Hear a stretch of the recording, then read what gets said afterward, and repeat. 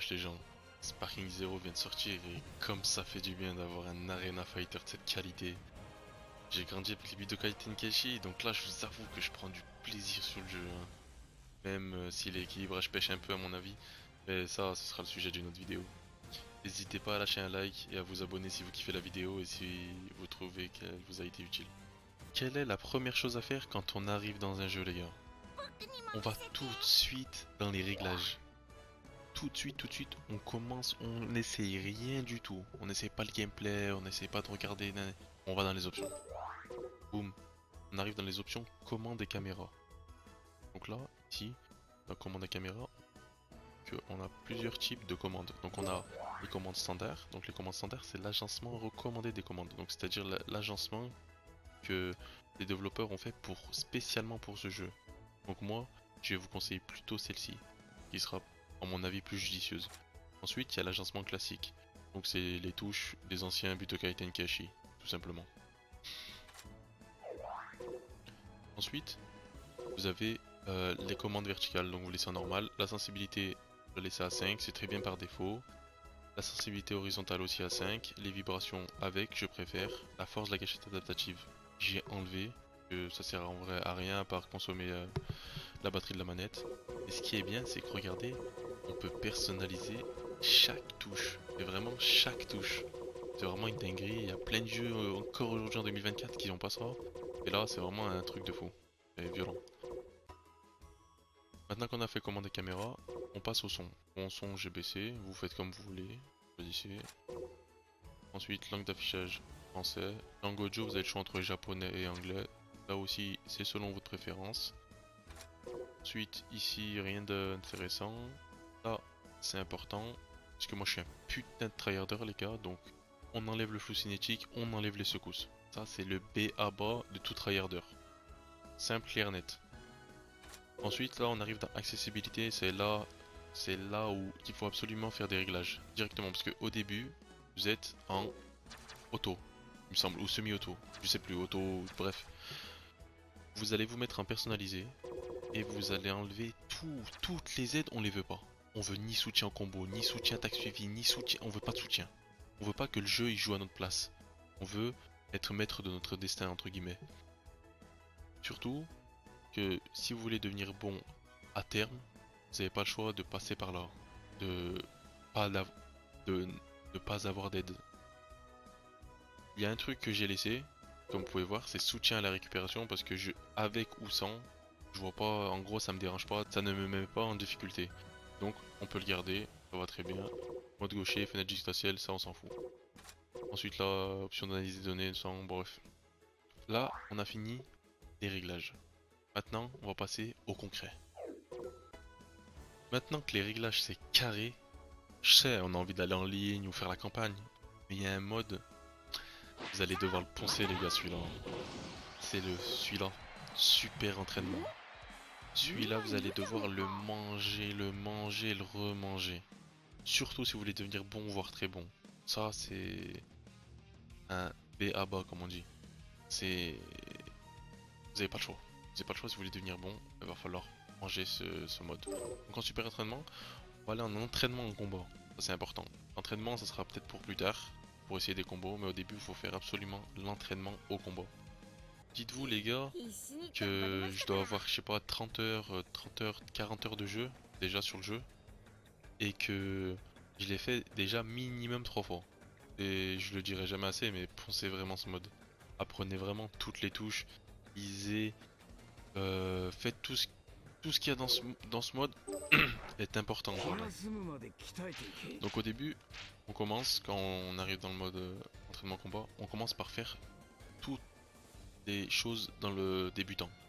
On apprend les manœuvres de base, les manœuvres au corps à corps, les kikoa, les touches et tout ça c'est super important. Ensuite on avance vers intermédiaire. Ensuite avancé, je sais qu'il y a des gens ils savent même pas qu'on peut appuyer sur R1. Ils ont dû faire que l'entraînement au combat pour les débutants, alors qu'on doit faire intermédiaire, ensuite avancé, et ensuite on a des astuces. Donc là on rentre, boum, soutien au combat et on appuie sur triangle. Et là on lit. Et là on lit, vous allez voir, il y a des informations, elles sont grave importantes. Super importantes. Donc ce mode, Je le répète encore une fois, mais foncez-le si vous voulez devenir bon, vous n'avez pas le choix. Et Sparking Zero, il est super complexe comme jeu. Quand on arrive au début, on est déboussolé, on se dit le jeu il est dur et tout et tout.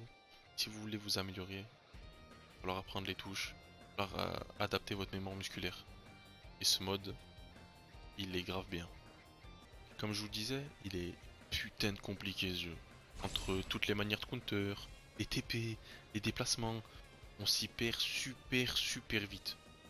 Donc vous allez devoir maîtriser les 3 défenses les plus importantes du jeu, si vous voulez vous améliorer. Il y a la perception, le super contre et le contre Z. Ça c'est le B à bas. Vous voulez être bon, vous allez devoir être bon en défense. Dites-vous si vous maîtrisez pas ces 3 types de défense, vous gagnerez aucun combat. Peut-être au début, mais à terme vous gagnerez 0 combat, vous ferez mêler, c'est tout ce que vous allez arriver. Donc perception c'est simple, ça avec on reste, ça contre. À savoir que ça consomme du ki. Donc c'est juste ça. Ensuite, on a le super contre, qui permet de contrer les gros combos. Vous voyez quand vous prenez plein de combos, vous savez pas quoi faire, vous en direz vous êtes bloqué.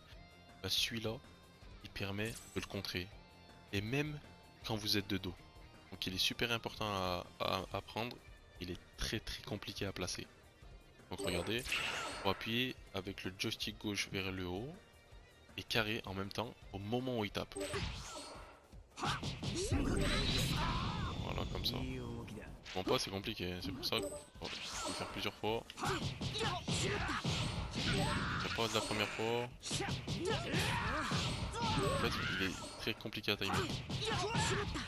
Faut vraiment le mettre en même temps que le coup. Voilà pour moi je l'ai fait. Voilà. Il est compliqué à placer et en combat il va vous. Si vous le maîtrisez celui-là en combat vous allez devenir un monstre.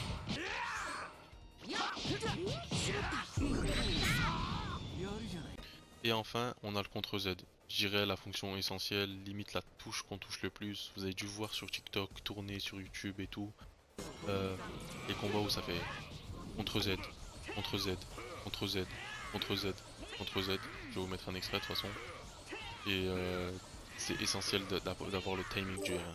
Regardez, alors c'est comme ça, dès que l'attaque va nous toucher, R1, R1, R1, R1, R1. Vous avez compris? Ensuite les gars, pas de secret.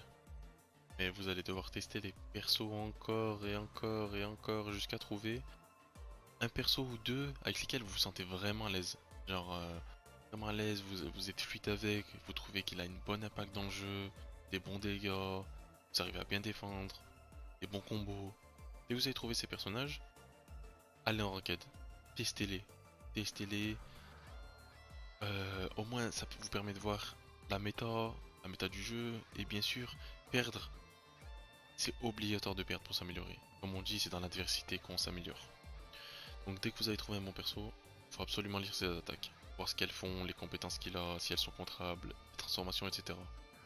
Donc comme je vous disais, vous allez devoir aller en entraînement et essayer. Quand vous êtes en entraînement, vous appuyez direct sur Start, explication des commandes. Et là vous lisez. Lisez bien ce qui est écrit parce qu'en fait ce qui est important, c'est que là bon, chargement de Juki R2 on se connaît tous. Là, ça vous permet de connaître les compétences. Chaque personnage et chaque transformation a ses propres compétences. Pardon. Là on a que lien divin, c'est une attaque imbloquable. Elle paralyse l'adversaire pendant 5 secondes. C'est pour ça que c'est super important de lire. Aura Run, la puissance des attaques, ça c'est un buff. Tout simplement. Ensuite, ce qui est bien, c'est que sur les attaques, on a le descriptif. Donc on sait que par exemple le Kamehameha divin, il permet de se charger. Donc qui requis 30 000, ça veut dire 3 barres. Impact divin, joué après un coup.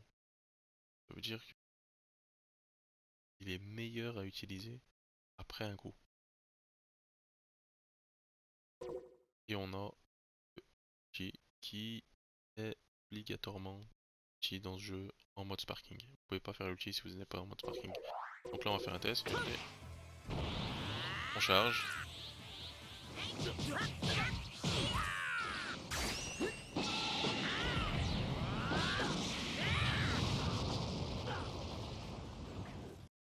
Maintenant qu'on a lu les compétences et les pouvoirs, un truc que personne ne fait. Appuyez sur R. R1, R1 et vous allez jusqu'à action, rush enchaîné. Là ici les gars, dites-vous c'est les combos secrets entre guillemets. Donc vous pouvez voir les combos qu'il y a après, par exemple un rush enchaîné 1, vous pouvez faire soit triangle, soit carré carré carré. Et ensuite rush enchaîné 2, en fait vous avez tous les combos. On se retrouve dans le monde de Kaioshin pour vous apprendre les combos de base. Donc simplement au début on commence par des carrés. Pas plus simple. Oh, on spam une touche. Ensuite, on va faire des carrés et ensuite on va faire des triangles. Pour se téléporter derrière. Carré, carré, carré, carré. Triangle, triangle, triangle. Voilà. Pas c'est un peu plus simple. Carré, carré, carré. Triangle, triangle, triangle. Maintenant, on va rajouter après les deux triangles un rond. Ça va être notre combo de base.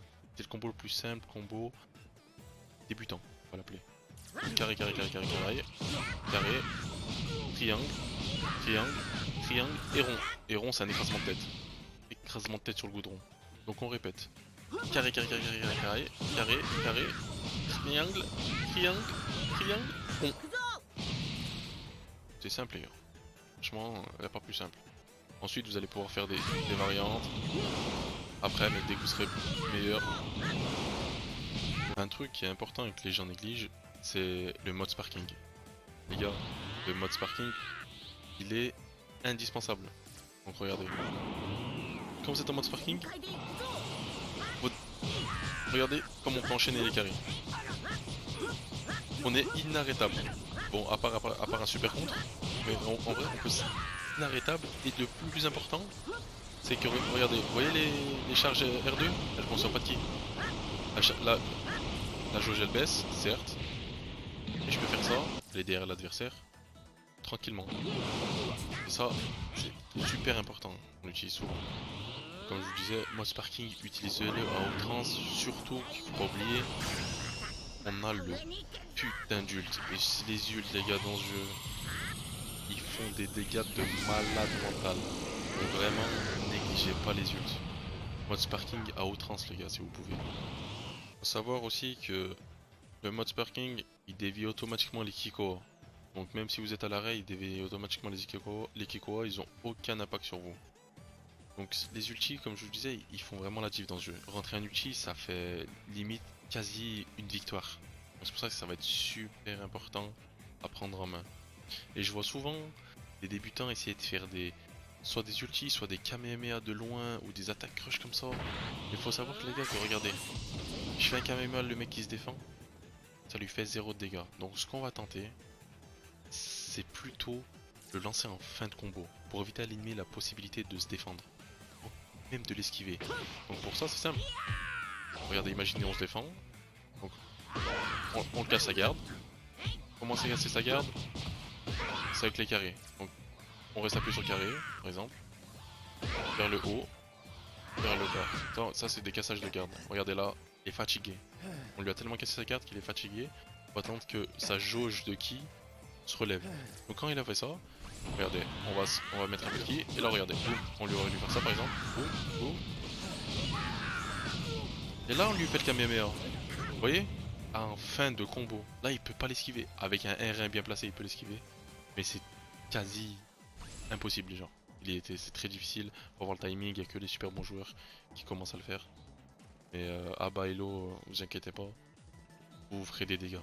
Donc retenez bien les attaques et les compétences en fin de combo. Et là vous allez rouler sur les lobbies. Si vous avez kiffé ou trouvé la vidéo utile, n'hésitez pas à vous abonner. Il y a du contenu sur Sparking Zero qui va arriver en masse. J'espère que vous avez passé un bon moment. En tout cas, c'était tous et que la paix soit sur vous.